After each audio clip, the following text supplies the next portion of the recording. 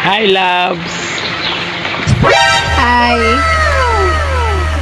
Sabi-sabihan daw ki Isaya. Ako kani mo importanteng sasabihin. Sikreto to sanayan. Dapat ka na to sanayan darwa. Iniisip ko,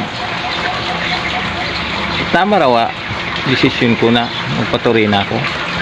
Kuya, tanda mo na. Paano mo na yan? Diyos ko dahil. Tit pa man sana ako. Dapat nga ni 50. Si Junior kaya, iniiba ako. Ang masakit kaya kung maunaan pa ako. Kasi sipag, kaya nagdesisyon na ako. Unat na yan.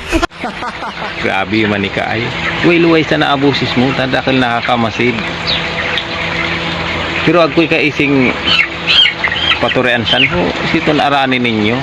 So, buro-barato sana. So, kaya sa nakabudget ko. Pero man nababayad san. Naka-promo po sila ng 1,999 pesos. Kamal man palan, takit ang ida budget na pambayad ka. O rawadi. Uno man san, anesthesia, magtatalab man. Kasabi o istorya kaya ako no, kaya ako na nagpa-ineksyon. Di man nagtalab sa anesthesia. Uno man raw magtatalab saan? Tolerable naman yung pain. Ay amo. Uno man raw san, buko man raw makilig. Tabaka man makilig. Mas makilig pa sa binayaan na agum. So man raw san makilig.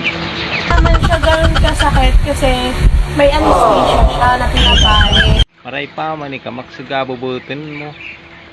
Kung ako gayed, kung ako na nakasunod. Kaptan ko na so darwa kong chinilas. Migluway-luway na akong mig-atras. Tamig-kutod na. Pero ko ika lods nagpatori. Kuno man strong ika o buko? Feeling strong ako eh. Hindi ko sinabi na masakit kahit nung nasasaktan na ako. May paman ni kamuya-muya pa ka. Pero kung ako gayed nanginginig na tuod ko sa kamerbyusan. Pero tama ang lods sa muya-muya na ka di si misis. Sabihin kan, iba naman. Pero kung ika lods, nagparugang pa ka sa anesthesia. Nahiya ako. Kala ko kasi di pwede.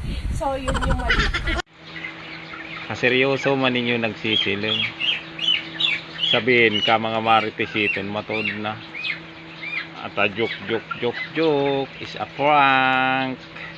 Pero kung matod raw, argading edad. Tanggapin pa man kaya ako hiton. Seryoso ba to?